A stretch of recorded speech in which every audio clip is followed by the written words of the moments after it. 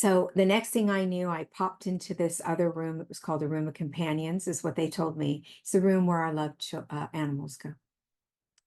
And I saw a lot of animals moving through this room and in and out. And I wanted to go out of the room and watch them romp and play. And the next thing I knew, I was sitting in this field. And believe me when I tell you, these animals were young and happy and playful and full of life. Everything there pulsates. It's alive. Every blade of grass, everything, every color is different than what you'd see here. At times, anything you see by a million of beauty, and that's what you'd see there. Maybe, if I were to try to give it human words. And everything pulsates and breathes. So it is like being in a dream or a cartoon, but it's not a cartoon. I'm pleased to have Susan Graw with me today. At the very young age of only 4.5 years old, Susan had a near death experience from a very traumatic event and is here to share it with us today. Susan, thank you so much for taking the time to be my guest. I'm really appreciating that you are here with us.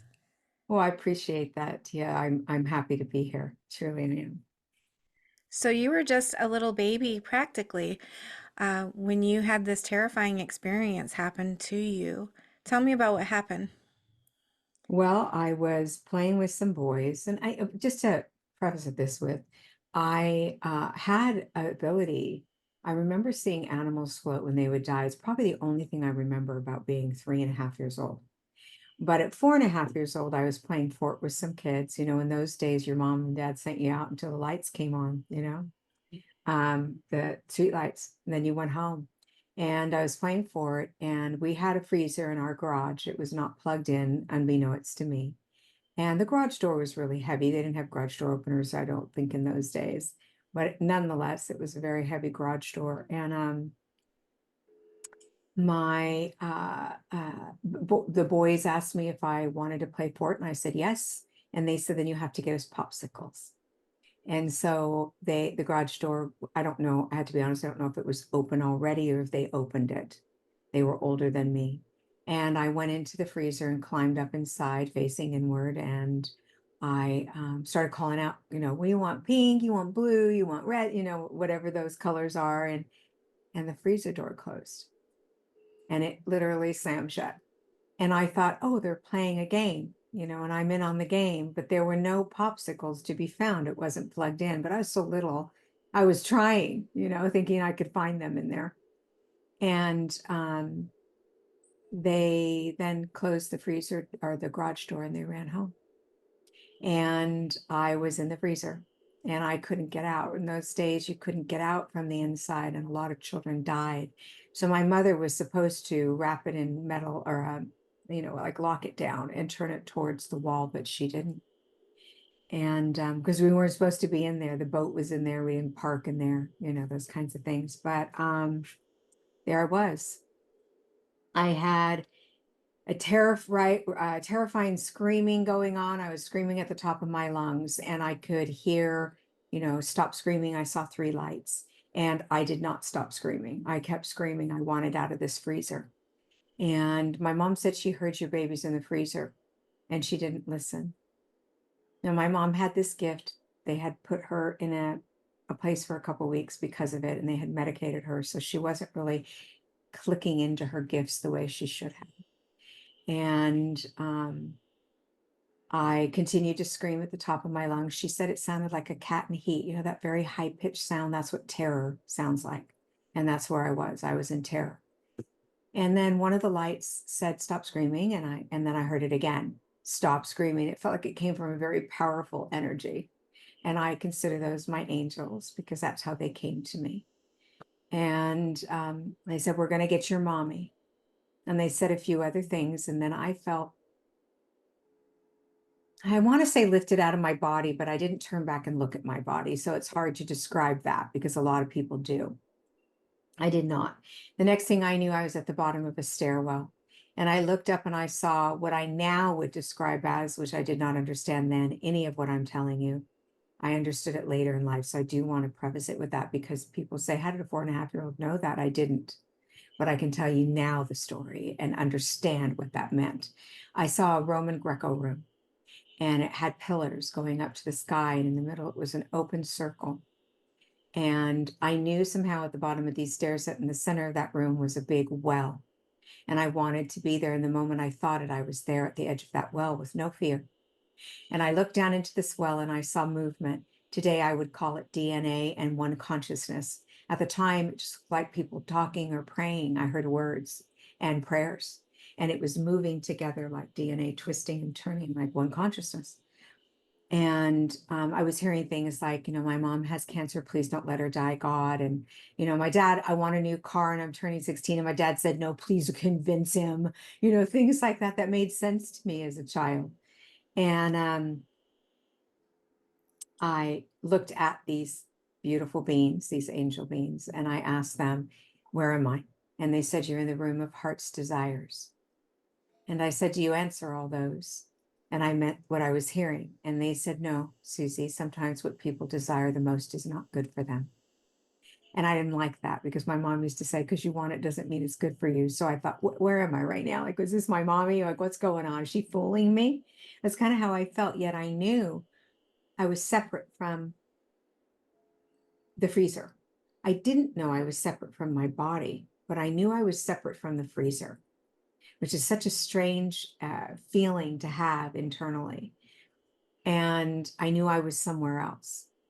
And at that moment, there was a lot of crystals in the room and there was a lot going on in the room. And I could see like this man walking and he was walking like jello. And I said, why are you walking like that? And he said, I'm not used to my ethereal body. And he smiled. And I saw someone walking beside him, which appeared to be his loved one. And so he was very happy. And they were just, it's like a floating, it's not really a walking, but it's like jelly. I don't know how to describe it any other way. And there doesn't seem to be a strong substance to physical there. It's very ethereal and very light and airy and floaty and beautiful. And the next thing I knew, I flashed on to what I called the yellow brick road. I'd seen them at Wizard of Oz. And so I understood that term. So that's what I called it. And what it was golden pavers. And at the end of or the beginning of the pavers, I could see pyramids. And I was watching people go to the bottom of this pyramid and pull from the bottom of it and start paving their path. And it was completely out of whack. It wasn't straight. It was very messed up. And I somehow innately knew, and I can't tell you how, that that pyramid was their life journey and that they were pulling from the bottom of it, which unbalanced it. So they got on, I watched them drop down and they said, please, for the love of God, help me. Someone do something. Everything is going wrong. I'm not able to get through this journey anymore. I don't like life. And I was hearing all these really hard things, not quite getting it, but getting it. And I watched these beautiful angels come in and begin to remove these pavers. And they went to the bottom of the pyramid and they put them back. And they went to the top of the pyramid and they started pulling the pavers off of the top and they were recreating themselves, the pavers. And they started paving a path. And this was all metaphorical, by the way. And I said, what are you doing? And they said, we are the pavers, you are not. All you have to do is walk it. And they meant the journey. And I said, how do you know if you're walking it right? Because I was precocious and I was a smart little girl. I truly was. I'd had a lot of life experience by that point, believe it or not.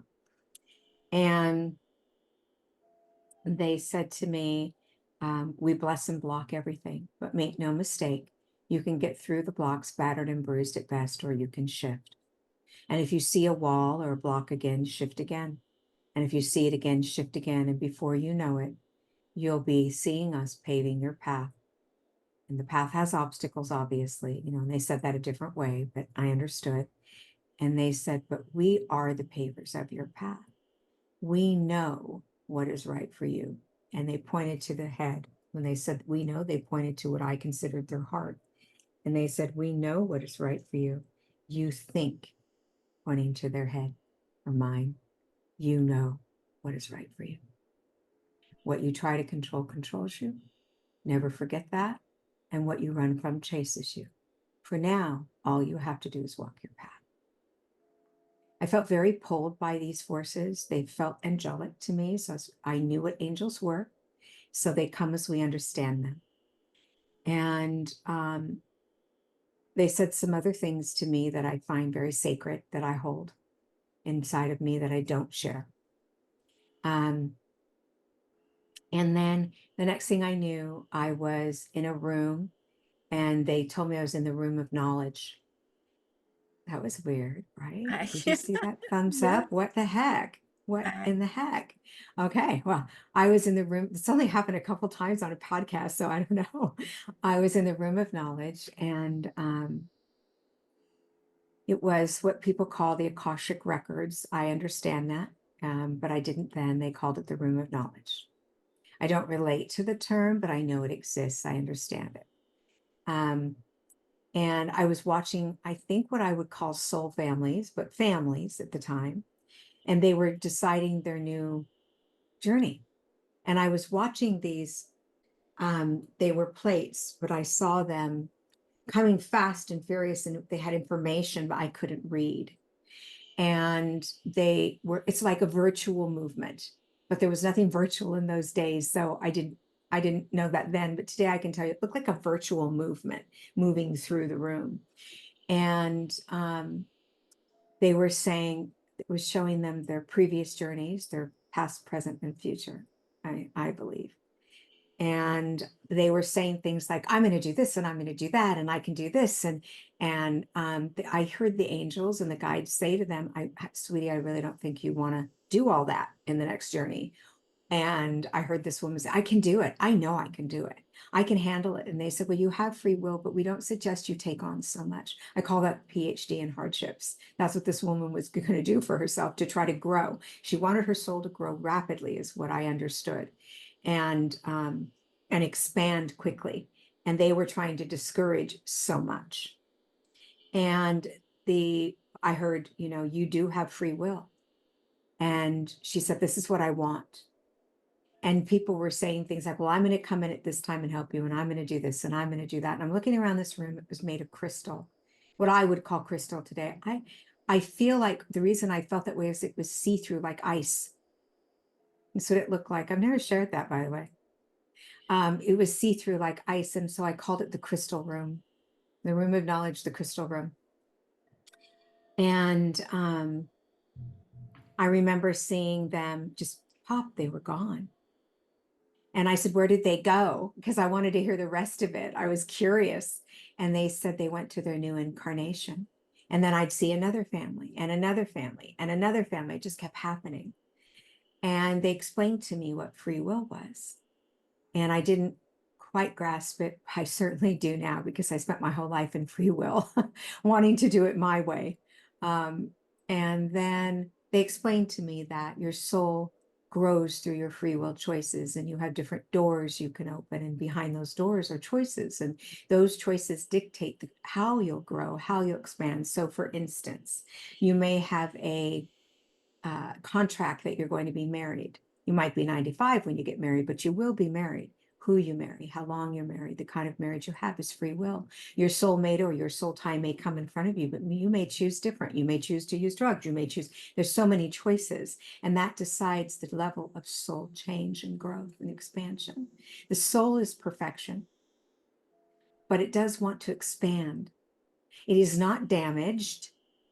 It feels our pain, but it does not get damaged from our pain. It is the one pure source. I call it the divine vine to the divine.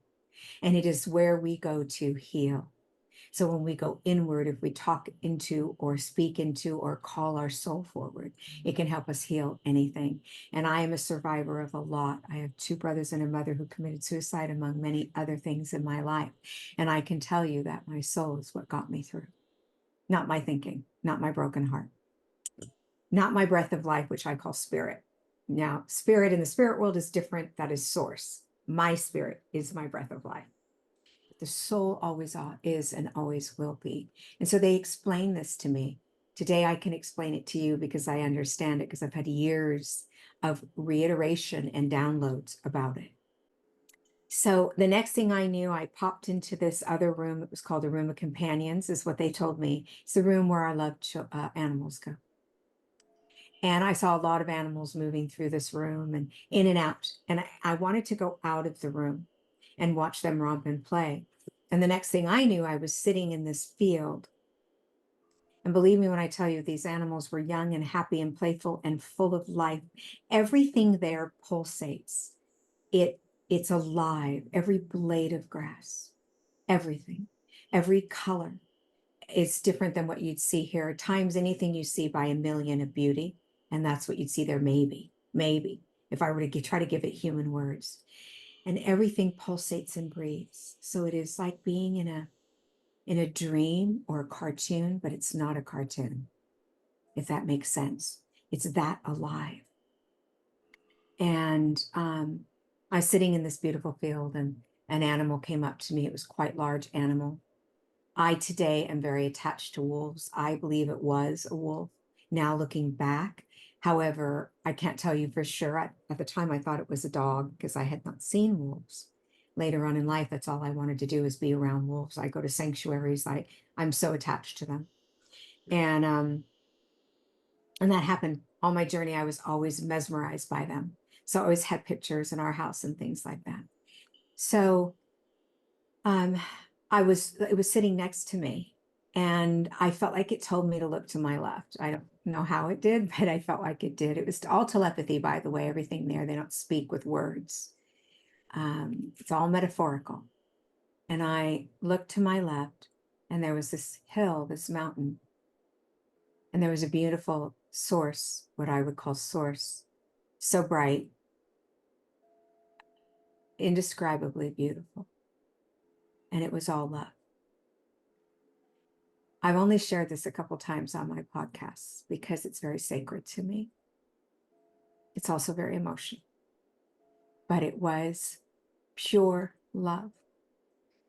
I wanted to go up the mountain. I knew I couldn't, so I felt like the mountain came to me because this beautiful ray came forward towards me.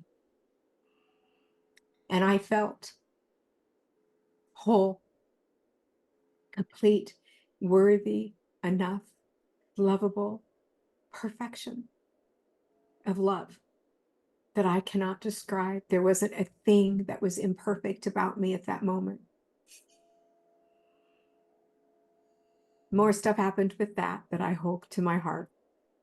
And then I was told to look to my right, and I looked to my right, and there was this beautiful cottage of cobblestone, and it had a walkway that was cobblestone. And I watched this beautiful angel float towards me.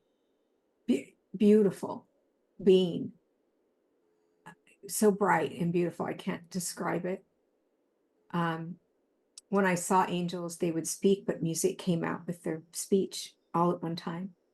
That's why I know music is so dear to our heart, and it heals us. And because it comes from the angelic realm, or the realm that I understood it to be. And all I could think of was, I want to float. I hope I get to float. I want to float. And I don't know, I was probably floating, but I couldn't see my feet. So I didn't know if I was floating, but I just wanted to float because I could see her floating. I could see her not have feet. And I thought that was the coolest thing. And she had a conversation with me that was very beautiful. Told me, my life wasn't going to be easy. I had chosen a very difficult path. Again, the PhD in hardship, which I call it now. And that I would heal, and I would help others heal. I would be a healer. I didn't know what that meant, and it scared me a little bit. I have to be honest. But I wasn't frightened like we are here. It was more of a curiosity fear, if that makes sense. Like, I don't know what she's saying, but I do, kind of thing. And she said, it's time to go. And the next thing I knew, I was by a river, and she explained to me that we go through the water. Now, later on in life, not that long ago, actually, when I have all the clairs, and clair just means clear in French, clear cognizance, clear knowing, clairvoyance, clear seeing, etc. But clair doesn't just mean clear. I found out it meant water in French. That blew my mind. I just found this out a couple of years ago. It blew my mind because she talked all about the water and how we connect in through the water. And the water is our sacred source. And then I thought about later on how everything is electricity, and everything has water involved in it. And if you drop droplets of water on a microscope, look at the beautiful shapes.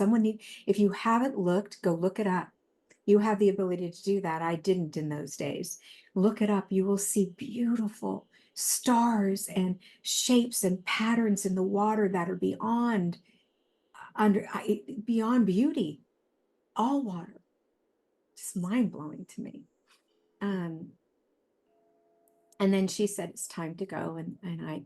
Are you ready? And I remembered what she said, that I was going to have difficulty. And I kind of said, no, I wanted my mommy this whole time, which I work with children who have NDEs, and many of them say they were very happy there, but they would have wanted to go home. I don't think children understand the hardship that adults do. They're like, I don't want to go back to that. I know how bad it can be, but children don't understand that.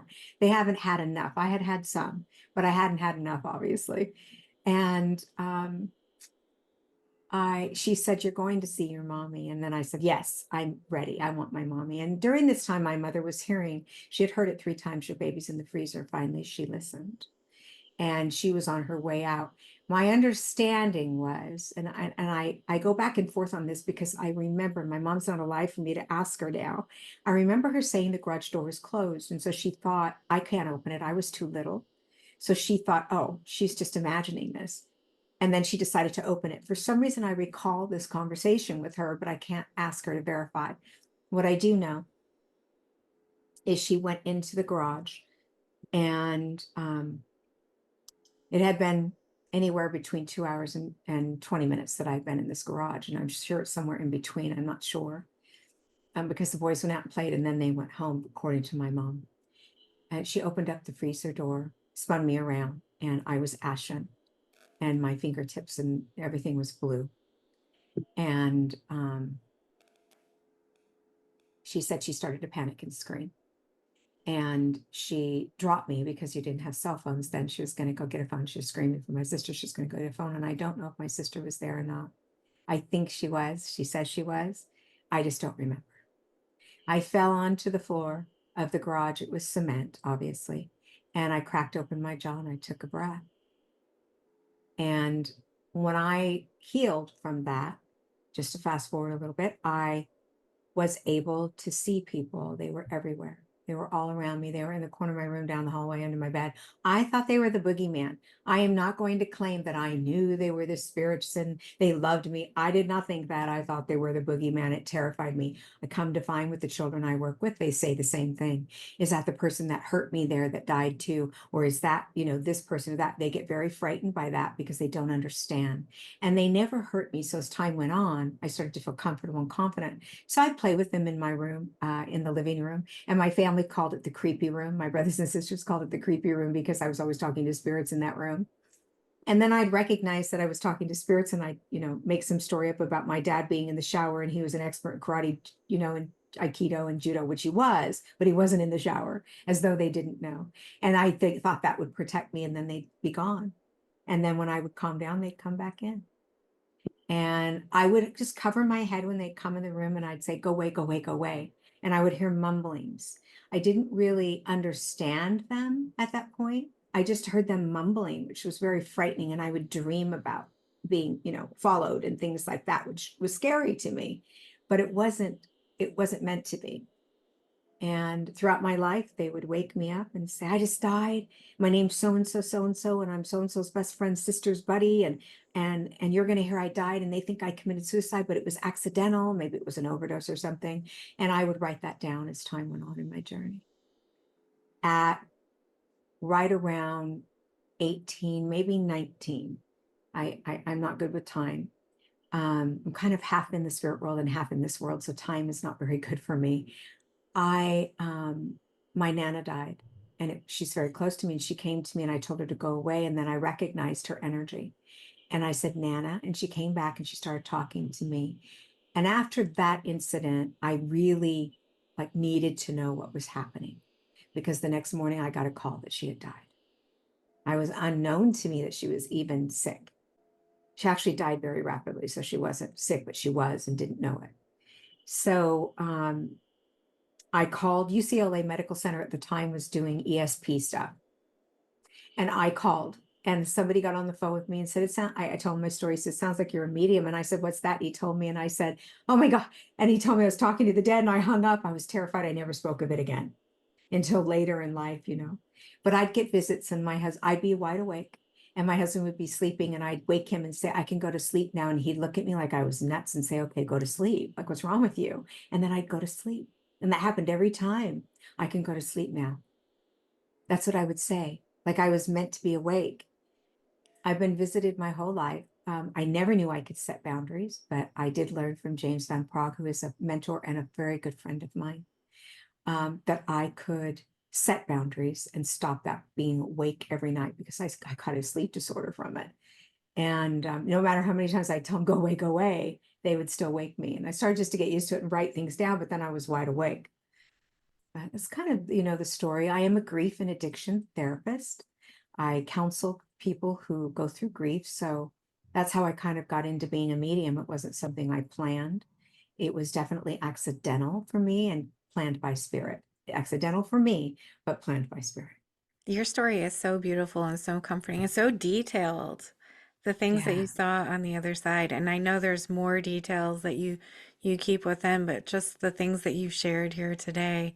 Wow, it's so beautiful.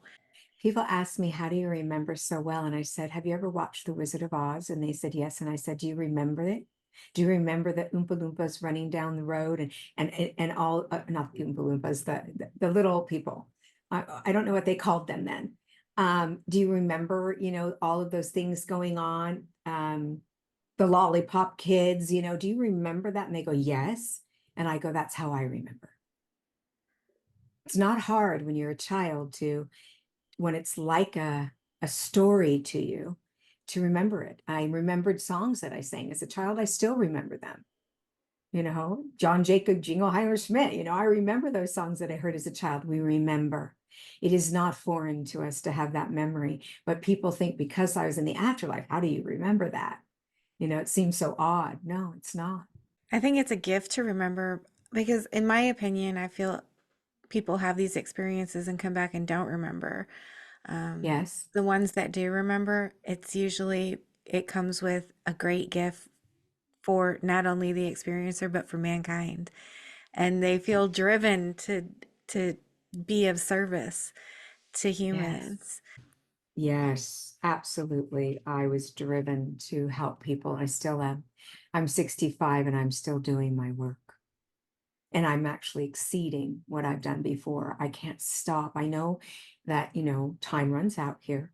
And I feel like spirit is just throwing everything at me right now, my books and everything, saying it's time, you need to, you need to really get out there and let the world know. And that's my mission, is to help people heal. That doesn't mean I'm fully healed. When none of us are, we will carry pain. We have broken hearts and broken dysfunctional brains and so on, but our souls don't have that. Um, I think for me, just always remaining aware of their presence is such a gift. I've had other experiences in the afterlife. I do not talk about them on podcasts. I had a brain tumor and I had an experience in surgery. I had another experience when I was put under that took me back. I feel like I walk among that. In other words, I feel like I'm partly in the light and partly here. There's no way I could do what I do and have the information I have without that. So to travel there for me is not as difficult as it might be for others. I don't try to, but when I have, I've actually gotten a little weirded out because I can't seem to pull myself back out. And I know I have a job to do here and I need to pull myself back out. And that job is important. So, what do they tell you when they come to visit? What do you talk about with them? They tell me about my journey and what happened. They tell me about my own journey here and how proud they are of me of being able to get through the experiences that I've had. I mean, having two brothers and a mother kill themselves would send some people off the ledge, over the ledge, and down the street and through the grove. And, they tell me they're proud of me for being able to handle the experiences I've had. I was trafficked in my neighborhood as a little girl among other children that were, and I went through that experience. So I've had a lot happen to me. My parents were not involved in that, by the way. I do need to be very clear about that. They came from Dubuque, Iowa, and they were very innocent when it came to that, things like that. You just didn't do that to children. So they trusted people. Um, but I had a lot happen, and they tell me they were proud of me. They tell me that there's things I need to finish and accomplish. For instance, I'm not a writer. I am now, and it's mind blowing to me. In fact, I'll show you. My book came in. It just came out. Isn't it beautiful? It is beautiful. I don't know if you're reading. It's called Infinite Life, Infinite Lessons. Um, and because we have infinite life and we have infinite lessons to learn, but they helped me write it. They came to me one day. I was in the kitchen. I was doing my work. I was getting ready to film a documentary. I had to put everything on hold. I ended up having to go back to the documentaries and everything because I heard them say it's time for you to write a book. Now, they had mentioned it to me before, the spirit world, and I thought they were nuts because I'm not a writer. I don't write. I speak. I'm a speaker. And they said it's time. And I was like, I'm not doing it. I'm not a writer. And they said, it's time and we'll help you. I sat down and wrote this book.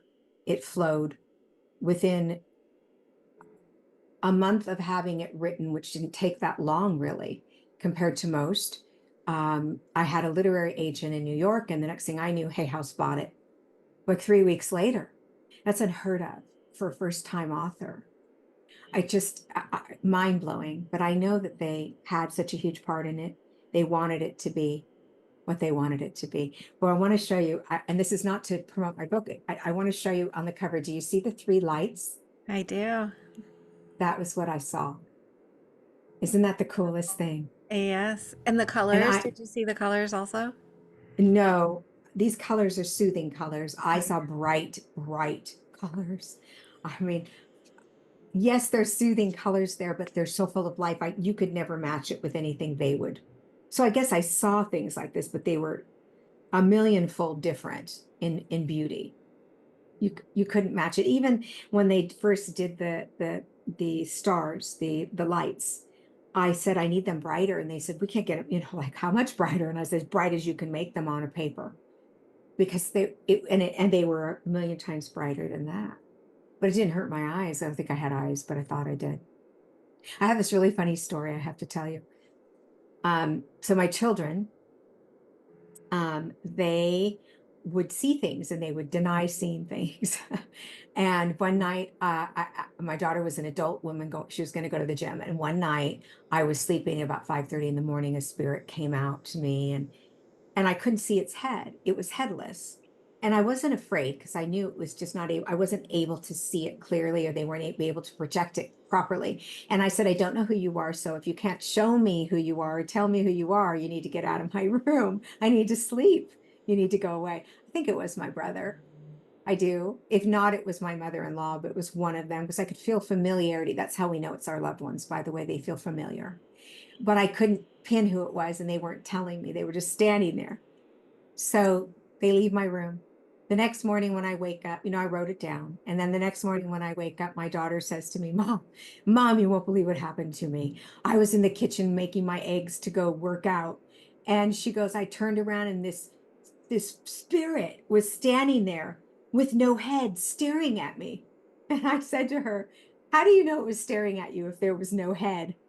And she started laughing, and she said, I just knew it was standing there staring at me. And I just thought that was hilarious. She said she ran down the hallway, covered her head with her blankets, and wouldn't come out of the room. So she didn't work out, needless to say. But I always think about that, how we think that they're supposed to look like us, like they're supposed to have eyes if they're staring at us. We know who they are. That's called clear cognizance. We are cognizant of the fact of what they are showing us. Even though we can't see it with our eyes, we think we are seeing it with our eyes. Now, I do see with my eyes, and I think she did see something, but she knew it was staring at her. And she didn't know the familiarity for whatever reason. She didn't go that far. She was too panicked and she freaked out. She said she slid down the hallway in her socks like she was going to die. So that's one of the really cool stories I have. My other daughter was at a food place. She was a teenager and she was going to drive, and she had a friend in the car, and she said there was this kid in front of her car saying, "Don't go." And she said to her friend, who's that kid? And her friend said, "What kid?" And she goes, "The kid in front of my car." And she goes, "I don't know what you're talking about." And she goes, "The kid in front of my car is telling me not to go. Don't you see it?" And she's like, "No, I don't see it." There was a pileup of teenagers, and some passed away that had left that area. So, things like that are very intensive, but she paid attention. You see, I think less things would happen. I do, if people would wait, pause, and listen and be present in their moment. I tell people life is in session. Are you present? Because if you're not, you'll miss the message. I'll ask my students when they come to my office the first time they come, "What color were the flowers you passed?" There's tons of them, rows of them. They'll look at me like shock. This is a quiz.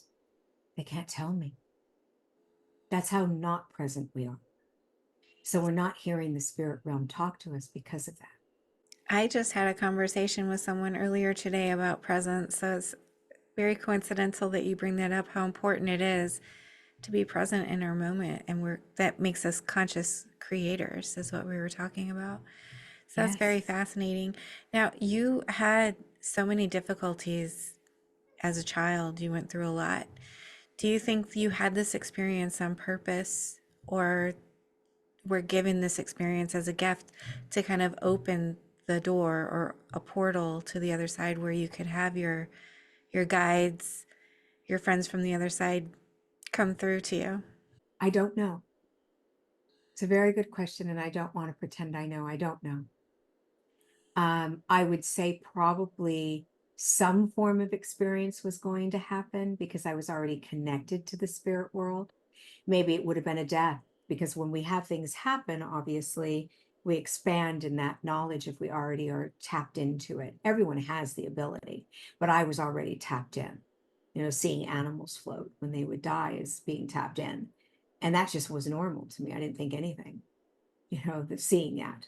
Of course, I cried over the animals, but I didn't think anything seeing the, spirit floating. So that was just part of who I was. And of course, my family had this gift, my sister, my mom, my brother. So it wasn't foreign necessarily, but we didn't talk about it. I do think that something was going to happen to expand it. I do not believe that I slated or set up a soul contract to have my brothers and my mother kill themselves. I think that would be barbaric of spirit to do that. But I do feel that they were letting me know I would have experiences because they know the beginning, the middle, and the end. They know. We don't. So they probably knew, I would say they did know, that terrible things were going to occur. And they shared with me I was going to have a hard journey. So they knew something. But that doesn't mean it was a planned event and it was my karma and all these other things I hear that I think is, I was at an event where someone told mothers, it was mothers who lost their children, your karmic event was for your child to commit suicide. And I watched these mothers want to die. Literally, I could see the shift in their energy of trauma. They already had trauma. And then to think that they would do something so barbaric to themselves and their child on this planet, they can't conceptualize that information. That's impossible. And I actually stood up and said, I have a different belief system. I believe that we are slated to learn experiences, and how they come to us is free will. Bad things happen here. We are in human form. We're not just spirit having a human experience, we're humans having a spiritual experience. Let's be honest about that. And we have choices and we have free will. If we didn't, we'd be robotic. And sometimes free will gets us into drugs. Sometimes free will makes us feel like we don't want to live here. Sometimes being an empath makes us feel that way. There's a million reasons why these things happen, and they are not your planned event, karmic event.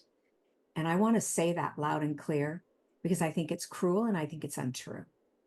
It's kind of like when people say to me, and I honor everyone. I want to say that because I know I'll get attacked over that. I have, but please honor me because that's what I learned. Um, I've had people say to me, your spirit loved one has to wait 3 months to come visit you, and they're busy. And I ask the same people, is there time on the other side? And they tell me no. And I say, well, what calendar are they going by then? Ours? because they don't live in our world. They don't think like us. They don't have our brain. They don't have our calendar. So they don't even speak our language. So sorry, but that doesn't make sense to me. So you have to be careful what you hear out there. And if it doesn't make sense to you, if it does, wonderful, okay. I honor that. But if it doesn't, don't just follow it because you heard it from someone. Search your soul. What makes sense to you? Your soul will tell you. That's lovely. I agree with that 100%. Always use discernment. Always. One of the stories I talk about in my book, and I'll give you a bit of it because it would take a long time, but my brother passed away on my birthday. He committed suicide. And for 3 days, from my birthday to the next 2 days, I, hold on, I need to write this because I'm getting another message. He would come to me. So the first night I heard Suzanne, because that's how my brother used to talk to me. That's how he'd call me. And I ran upstairs and jumped in bed. I did not know he was gone. I wouldn't even go there. And I told my husband I heard something, and I, covered my head like I did when I was a child. It shocked me so much. I could feel him behind me trying to get my attention, but I didn't know why. And so my denial stepped in. The second night he was at the side of my bed, and I thought he had a knife. I thought he was going to hurt me. I didn't know who he was. And I said, go away. I think denial again was there. And so I wanted to think it was bad so it would go away. The third night, he was at the end of my bed, and I looked at him and I said, Terry. I didn't know he was gone. No one did. I said, Terry. And the next thing I knew, I was pulled from my body, and he took me back to the Yellow Brick Road, to the Room of Heart's Desires, to remind me I saw all of it again. And he told me, I'm gone. I want you to know that, I left on your birthday because I love you and I don't want you to forget me. It was a love gift. That's what it was. And during this whole conversation, I saw the angels singing, and the music and the words and all these really beautiful experiences. And then he said he had to go, but he'd be back to help me do my job. And I thought that was so strange, like he's going to help me do my job. I'm young. I wasn't doing this for the public. And I was doing grief work though. And so I thought, well, maybe that's what he meant. And I asked him, wait, have you seen Jesus? Have you seen God? And he goes, I have to go.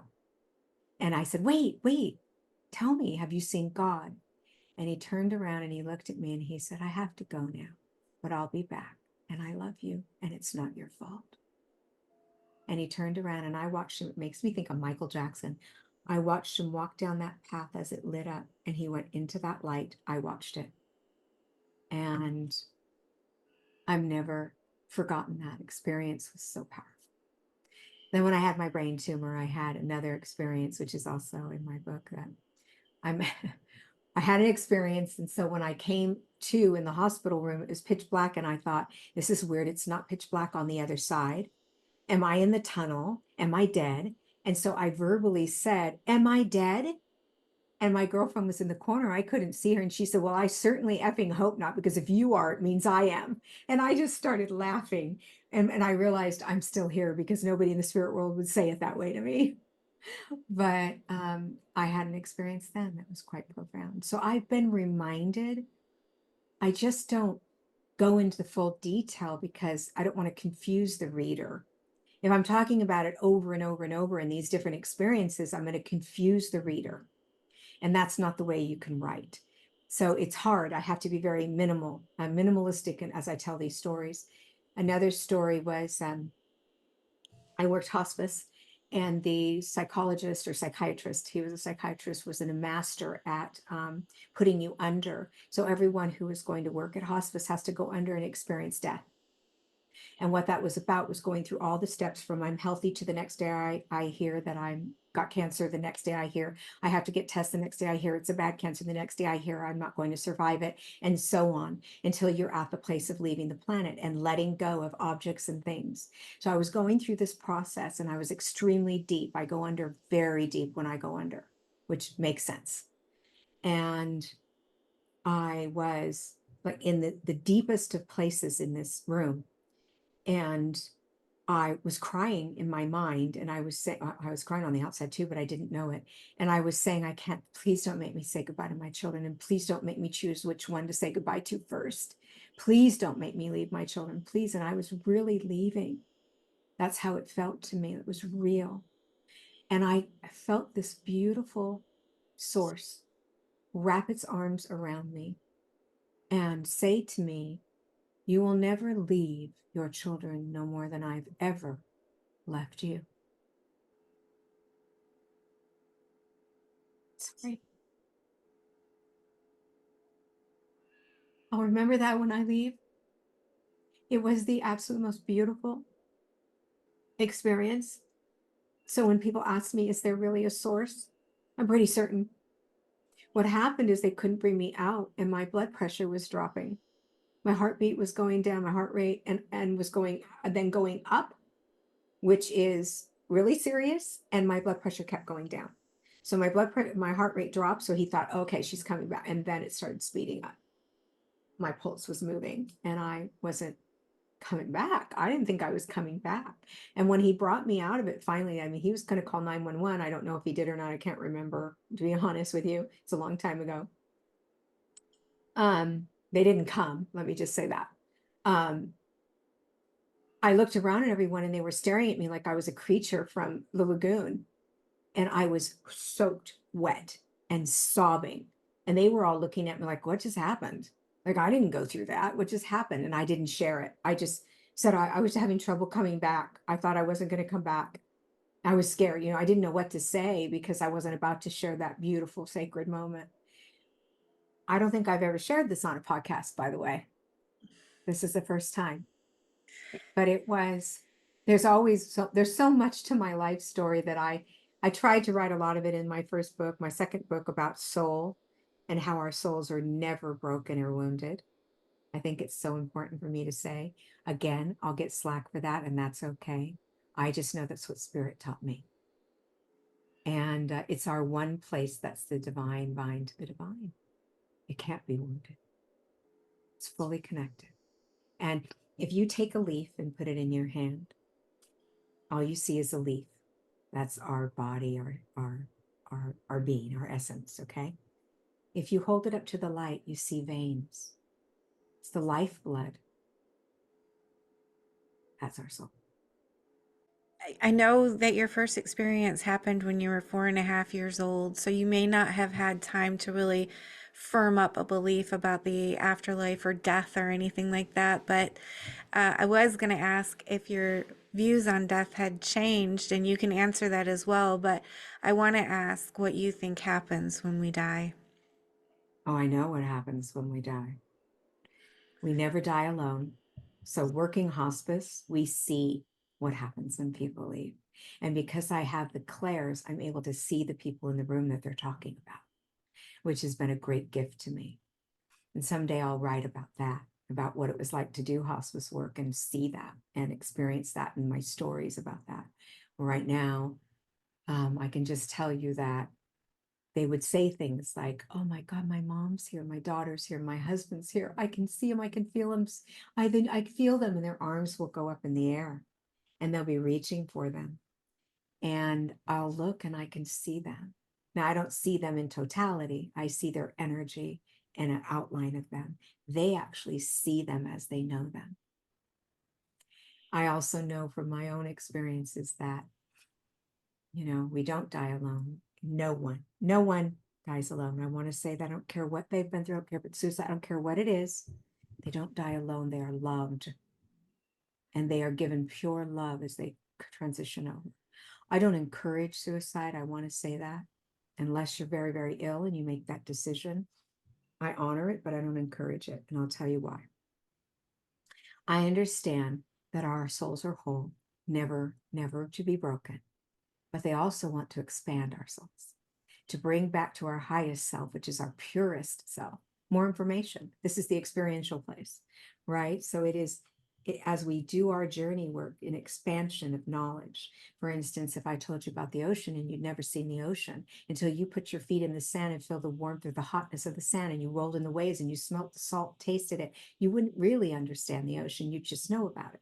So we do the experiential here. There's an ocean there, but that's just an example. Sorry, I was teared up, and so now I'm trying to get my tears to go away.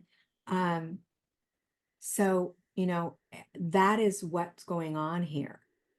And even though our soul is whole, it does expand, and it can expand. And people don't understand that. Do we need the expansion to be whole? No, we choose it. We're already whole. We're all one consciousness, but we choose it. And we choose it because it is so special and amazing. And what a gift. What a gift. If I told you that you could go through every single experience that you've ever heard, read, learned about, and every single emotion in just a quick flash on this planet, would you turn that down? I mean, my God, no, we're not going to turn that down. Love, we're going to feel love, like feel it in a different way, like physical. We're going to feel all these things. Yes, there's things that are painful, but pain is our greatest motivator to change and expand. And in fact, pain teaches us more than lack of pain because we want out. And so we expand even more. So, and our free will knows this. And so it offers us the opportunity to expand and grow through these choices we make. I do want to say this. And if I were to give you any or anyone any thought pattern, what you fear, you feed. What you fear and feed, you perceive. And what you perceive becomes your reality. So fear is only your friend if the tiger's chasing you or you're in grave danger or danger. It is not your friend in your spiritual essence of the spirit and your understanding of the spirit world and life and death. And life and death are similar in every way. So baby, if you think about it, they fight coming out. That's why we have these strong contractors, doesn't just pop out, right? It's got to fight out. It wants to stay in that warm, cozy space. It doesn't know what's going on. It's feeling the essence of movement and change. And it's like, what? I don't want to separate from this beautiful being I'm with, mommy. And then it comes out and they're prodding it and poking it, and they're trying, and the baby's trying to understand what's happening, and the fear is there, and the confusion, the tears. And then they wrap that baby in a tight blanket of love and put it in, there's that thumb again, put it in mommy or daddy's arms, and it's instant peace. When we pass, we fight it. We're frightened. We push against it.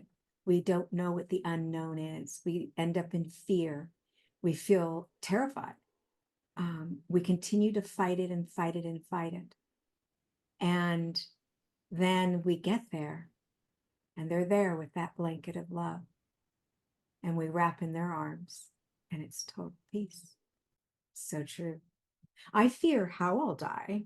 I do want to share that. I don't want to die from it. I fear being away from my children on the physical realm. I want to be there for them, but I don't fear the afterlife. So I try not to feed that fear, by the way. I tell myself, not today, Susan, not today. You will die someday, but not today. Don't go there right now, not right now. And I remind myself of that so that because I work with death every day, right? I work with people who have had lost loved ones or who are dying from diseases and illnesses. And so, I could go there in my brain. And so I have to remind myself, not today, not right now. Everything is okay. I try not to feed it. As a hospice worker, have you ever had a shared death experience with one of your patients? Yes, that's exactly what that was. Yeah. I've had them with people I love also because I helped them pass. My mother lived for 3 or 4 days, I think 4 days after she had attempted suicide, but she wasn't cognizant. And she came to my little hospice that I worked at.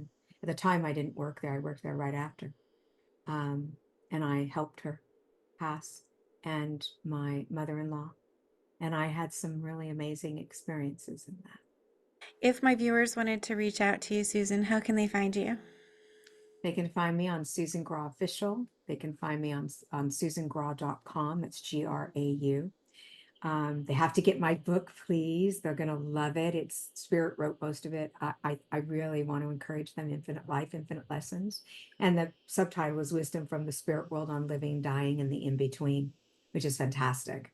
And it tells all my stories, but it also talks about the afterlife and the spirit and what we're doing here, etc. Fear versus intuition. It's got a lot of exercises and integration. Um, and I'm doing a book signing at the Irvine Spectrum on the 20th of July. On the 27th of July, I'm doing it at Mystic Journey Bookstore. And then I'm doing the Grove in October.